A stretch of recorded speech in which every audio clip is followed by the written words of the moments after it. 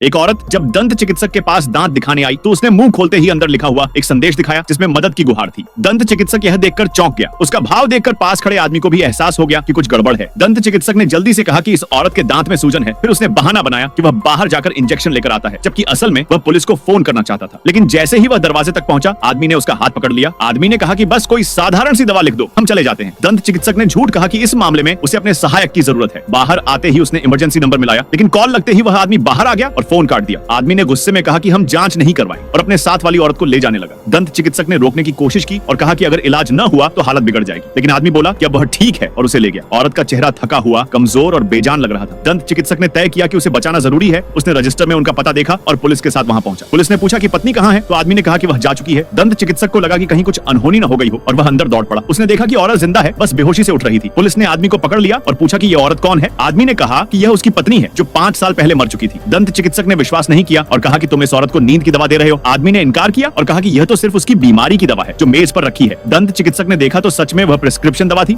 लेकिन फिर भी उसे यकीन नहीं हुआ कि वह आदमी उसका पिता है, वरना यह औरत उससे मदद न मांगती। दंत चिकित्सक ने चोरी छिपे एक गोली उठा ली, फिर आदमी से माफी मांगी और पुलिस से कहा कि खिड़की खोल दो ताकि हवा आ सके। उसने आदमी से एक गिलास पानी मांगा। पानी पीते समय उसने चुपके से वह गोली आदमी के गिलास में डाल दी। जब वे लोग वहां से चले गए, आदमी ने वही पानी पी लिया और कुछ ही देर में उसका पेट मरोड़ने लगा। असल में वह गोली एक जुलाब, दस्त की दवा थी। आदमी टॉयलेट की ओर भागा और दंत चिकित्सक जो बाहर छिपा हुआ था खिड़की से अंदर घुस गया। अंततः उसने उस औरत को सफलतापूर्वक बचा लिया।